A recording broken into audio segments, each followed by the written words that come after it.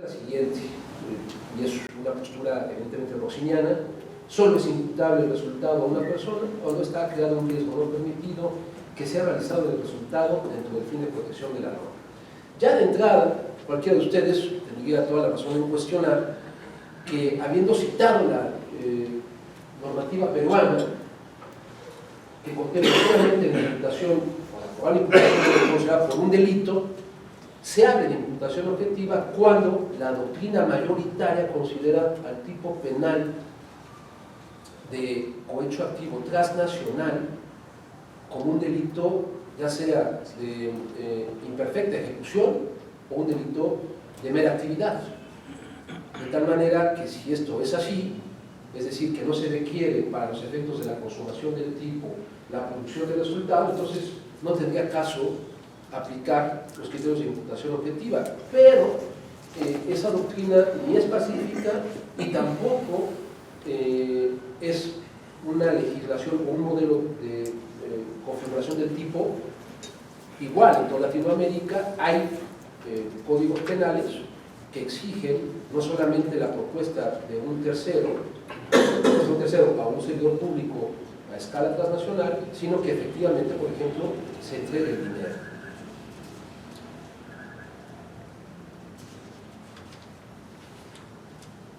La creación de un riesgo no permitido. Y aquí me parece que está uno de los puntos nucleares que pueden distinguir a las dos posturas básicas de la ubicación del compliance.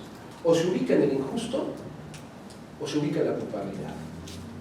Esto no excluye otras, como las que contempla la normativa peruana a escala procesal, como un modelo de principio de oportunidad o como una circunstancia que atenúa la responsabilidad penal. Pero básicamente, cuando se habla de eximente, uno no entiende muy bien a qué se refiere. El Código Penal alemán, el proyecto de Código Penal alemán, utiliza acertadamente un término todavía más abstracto.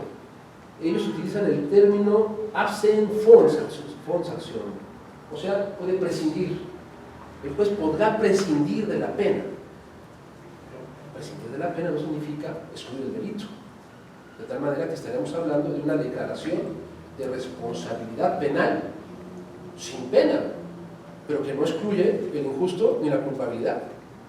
Y no es lo mismo, me parece, que un juez diga: la persona jurídica, el Banco Bilbao Vizcaya, ha cometido el delito de fraude, de cohecho activo transnacional, no impongo pena, pero queda subsistente el injusto culpable, a decir se excluye el injusto o se excluye la culpabilidad. Las consecuencias son tremendamente enormes en un modelo y en el otro. El riesgo no permitido es el primero de los elementos de la teoría de la imputación objetiva.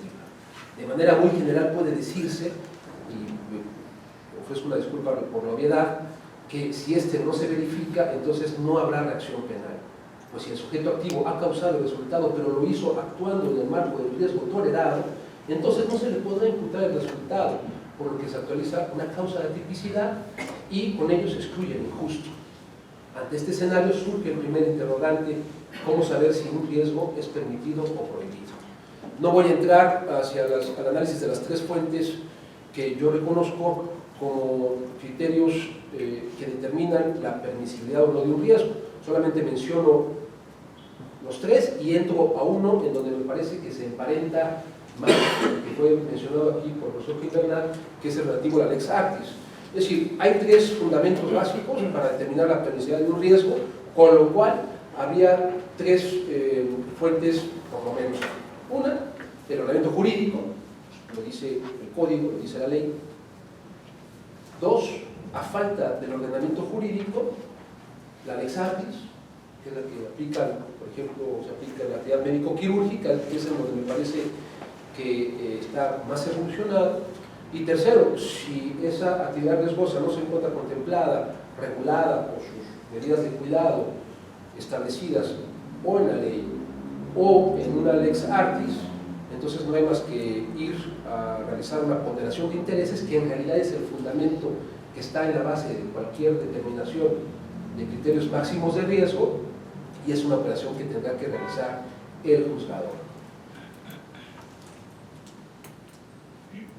El ordenamiento jurídico no lo menciono, pero sí menciono, porque me interesa básicamente la lex artis.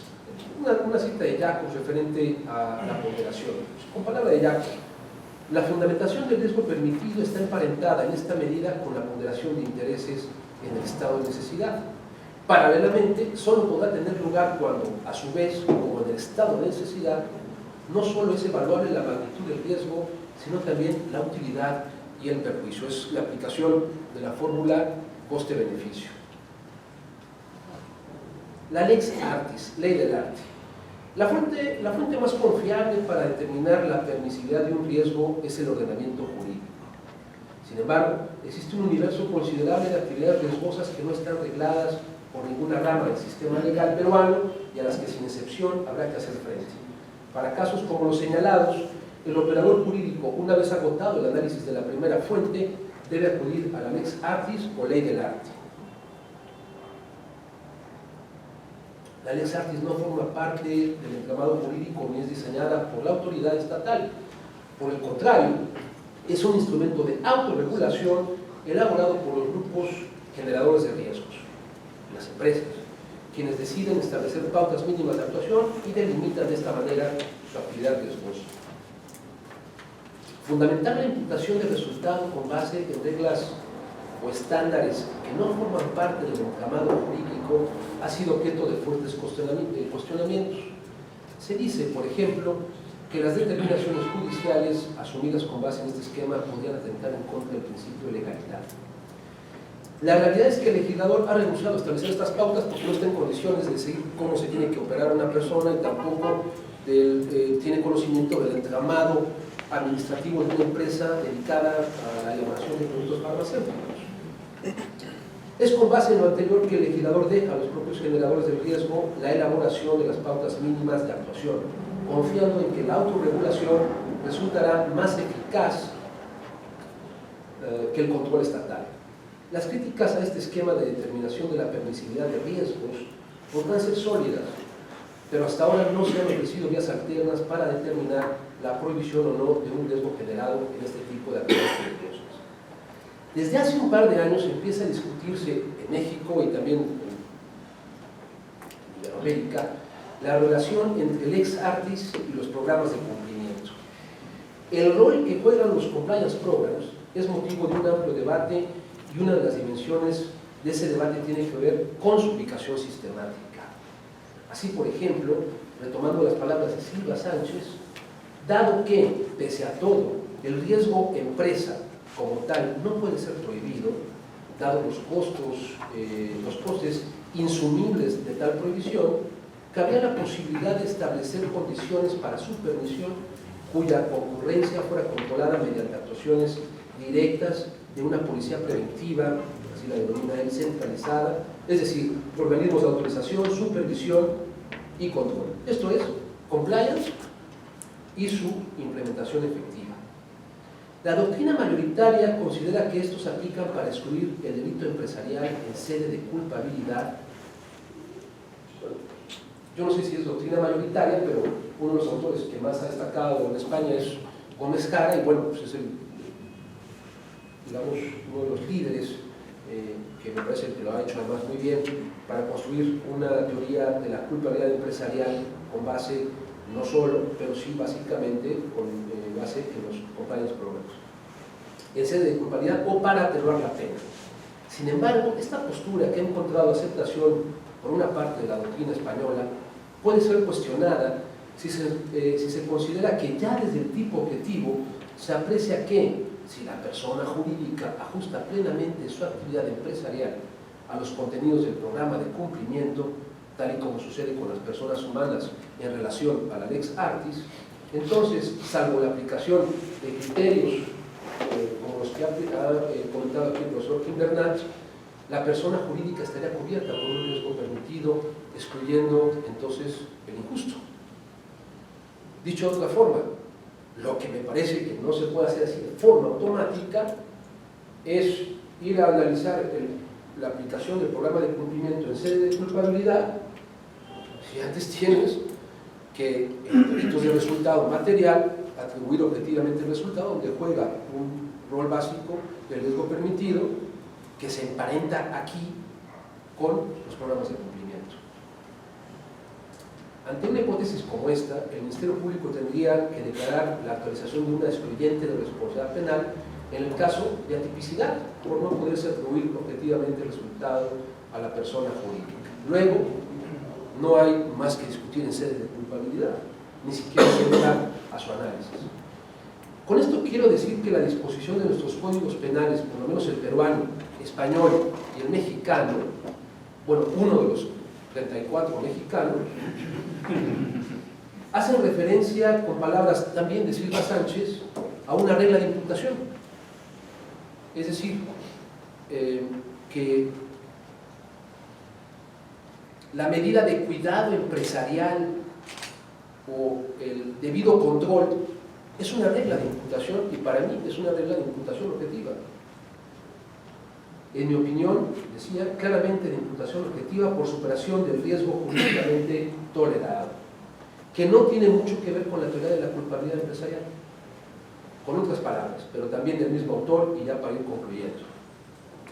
Dicho riesgo jurídicamente desaprobado o, palabras de Silva, estado de cosas de favorecimiento o de incapacidad de evitación ex ante sería constitutivo prima facie de un estado de cosas antijurídico con virtualidad de favorecimiento objetivo.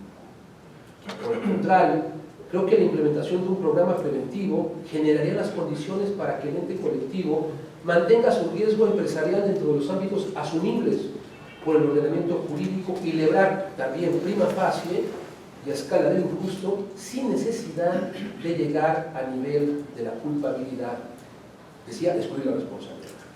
En suma, la acción o conducta empresarial no sufriría en este caso un juicio de desvalorización a escala penal.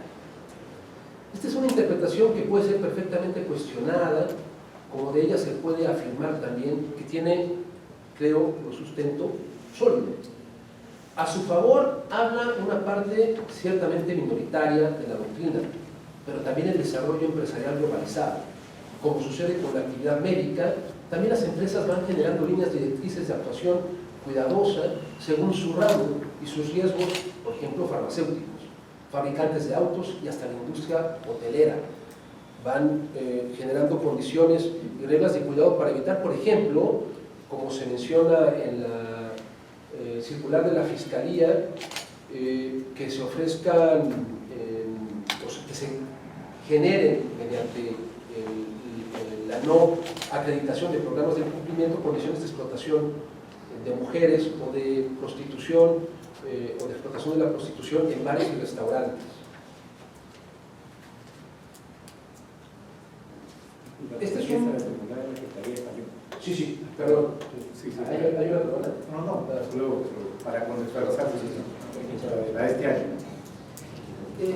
Cuando Carlos me decía, o le pregunté acerca del auditorio, me decía que también, y ciertamente, pues esta plática, esta conversación la genera un despacho de abogados, que también interesaban cuestiones, algunas teóricas o muy básicas como las que se han expuesto aquí, y algunas prácticas. Entonces, yo quisiera mostrar cómo efectivamente la postura en torno a que el compliance estaría más en condiciones de afectar el injusto tiene aplicación práctica, y para ello voy a leer solamente este párrafo que a mí me encanta de la sentencia 154/2016 del 29 de febrero de José Manuel Maza Martín, que es la sentencia del Tribunal Supremo Español en materia de responsabilidad penal de personas jurídicas, es la primera.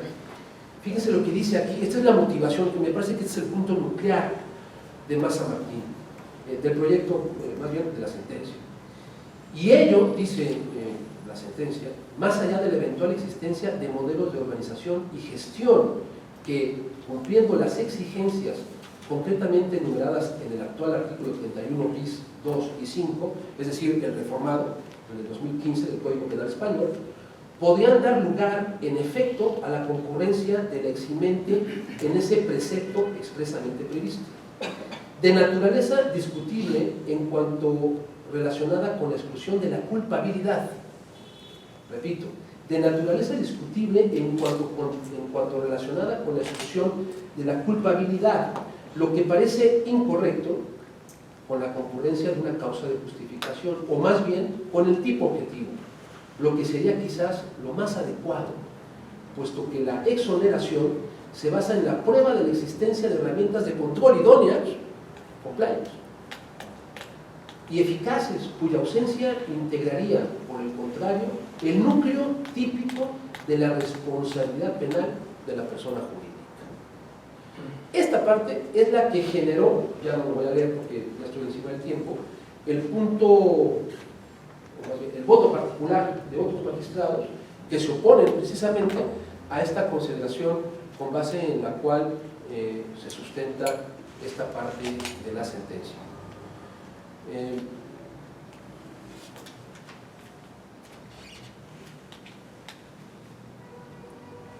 Una última reflexión. Los códigos penales, las reformas que se están haciendo en nuestros ámbitos, en el iberoamericano, hablan siempre de eximentes, o de abstenerse de la pena, o de eximir de responsabilidad. Yo creo que eso está bien en tanto es una tarea de la dogmática penal, el definir qué significa esa eximente, si es una justificante, si es una causa de tipicidad, si es un excluyente de culpabilidad, si es una causa, o incluso, como dice el voto particular de los magistrados, es una circunstancia que solamente haría prescindir de la pena, pero que mantiene la responsabilidad de la empresa con las consecuencias jurídicos, civiles y mercantiles, y sobre todo también para el prestigio de la empresa frente a la comunidad. Les ofrezco una disculpa por la exposición un poco desordenada, pero no quería dejar de comentar tanto el proyecto de ley alemana que se discute hoy en el Congreso Federal, aunque esta es una iniciativa solamente para un estado de Alemania, Holanda, y también cómo esta perspectiva del compliance que he querido esbozar aquí en su calidad de excluyente del injusto tiene aplicación práctica. Es más, creo que es la línea que sigue el Tribunal Español. Muchas gracias. Con criterios normativos, pero era criterio predominantemente ontológico. Y por primera vez, a partir de los años 60, estos autores, estos que construyen la historia del derecho penal moderno, dicen, no queremos utilizar un concepto ontológico para decir qué es lo relevante para el derecho penal, lo cual es hasta cierto punto paradójico. Que el derecho penal, como disciplina normativa, tenga que echar mano de un elemento de fuera del derecho penal. En un caso, la causalidad física, los causalistas del siglo XIX citaban a Newton, era la fuente de inspiración de la causalidad, y después los finalistas pues citaban a Hartmann y citaban pues, a los estudiosos de la psicología de la conducta, ¿no? Y entonces lo relevante es que por primera vez se utiliza un criterio netamente normativo para determinar qué es lo relevante para el derecho penal. Y este es, yo creo que el aporte principal de la teoría, digamos, de la imputación llamada imputación objetiva, o quizá como dijo el criterio de imputación normativa, como dice el profesor Roy, pues este es el principal aporte, que por primera vez la piedra del toque es netamente normativa, ¿no? Claro, otra cuestión es si se puede hablar realmente de una teoría de la imputación objetiva. Una teoría, porque muchos de estos autores que hemos citado, Rotzin, Bernat, Jacobs, Frisch, bueno, pues cada uno tiene pues, sus criterios personales, su idea particular, y realmente no existe una teoría de la imputación, existen diferentes versiones, diferentes visiones de la imputación, y cada uno tiene su criterio personal. Jacobs defiende una teoría, Jacobs apuntó una teoría que algún discípulo, algún seguidor, como yo, por ejemplo, pues la ha desarrollado posteriormente en algunos trabajos, que se fundamenta en la teoría de los roles sociales y que entiende que finalmente el concepto de imputación netamente normativo es el reverso del cumplimiento del rol. Si el sujeto cumple el rol, adecua su comportamiento al rol perfecto, pero si el sujeto se aparta del rol, por tanto quebranta ese rol, pues surge el concepto de imputación. La imputación es el reverso del cumplimiento del rol, ¿no? Y después otra cuestión interesante que me gustaría también apuntar, para no superar mis 5 minutos clásicos del derecho penal, no como pues otro que es interesante es si la imputación se puede predicar respecto de cualquier figura delictiva. El profesor Gimbernat, por ejemplo, ha aludido en su magistral intervención pues predominantemente a delitos de resultado material, lesiones y homicidio, ¿no? Asesinato. Pero la cuestión interesante es, y es a lo que venía, por ejemplo, el título del conversatorio, es que si estos criterios realmente los podemos atribuir, los podemos transferir sin solución de continuidad al ámbito del derecho penal económico. Realmente esta cuestión es una pregunta de mayor, digamos, entidad, ¿no? de mayor amplitud, ¿no? Que es si realmente necesitamos una nueva teoría del delito para el derecho penal económico o si solamente basta con una actualización de la teoría clásica del delito al ámbito del derecho penal económico. Esto quizá, pues bueno, pues se puede discutir en muchos ámbitos determinados. La intervención del profesor Ontiveros, extraordinariamente interesante, sugerente en estos criterios de compliance, pues ha puesto en manifiesto muchas de estas cuestiones. Pero podríamos discutir, Miguel, si realmente ese control, ese compliance, que son realmente criterios de autocontrol, pues no son los mismos deberes de autopuesta en peligro o los mismos deberes digamos, de incremento del riesgo, ¿no? Y otra pregunta, por ejemplo, si el compliance officer, si el oficial de cumplimiento, pues no es el mismo garante al que nos hemos referido siempre hasta ahora, al que los penalistas se han referido siempre hasta ahora, ¿no?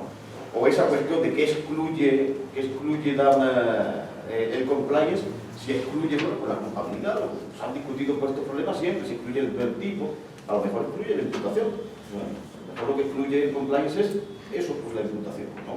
En fin, a mí me parece que este concepto de imputación es enormemente sugerente, es un concepto central dentro del derecho penal y que su aplicación al derecho penal económico es interesante. Y quiero traer, por último, porque van 4 minutos y 40 segundos, 20 segundos, quiero traer a colación, hace 2 años, en un conversatorio como este, que celebramos un domingo por la mañana, y ese domingo por la tarde regresamos a Alemania con el profesor Rotzin, con su esposa Ime.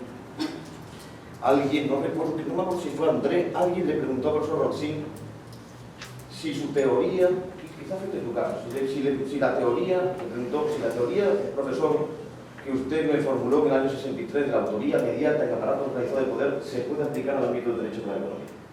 Y él contestó, se quedó un poco sorprendido con la pregunta y contestó, tajantemente no. Y su esposa, que estaba al lado, dijo, tajantemente sí. Recuerda que, con lo cual, Rotzin no había pensado, cuando formuló su teoría, pues en aplicarlo al ámbito del derecho penal económico, pero a lo mejor esa categoría que tiene ya vida propia, pues realmente se puede utilizar, porque es un instrumento jurídico que tiene una virtualidad para solucionar problemas dentro de una empresa. ¿Por qué dentro de una organización, de un Estado sí? ¿Por qué para Fujimori sí? Y no, por ejemplo, para dentro de una empresa corrupta. ¿No es el Estado finalmente algo así como una empresa también que puede ser corrupta? Entonces, este tipo de criterios, estos institutos dogmáticos de la teoría del delito, pues quizá puedan tener pues, una aplicación interesantísima en el ámbito del derecho económico. Me he pasado 20 segundos, en todo caso ustedes comprenderán que he pasado 20 segundos para agradecer a Carlos que me haya dado la oportunidad de estar en un conversatorio con profesor. Muchas gracias.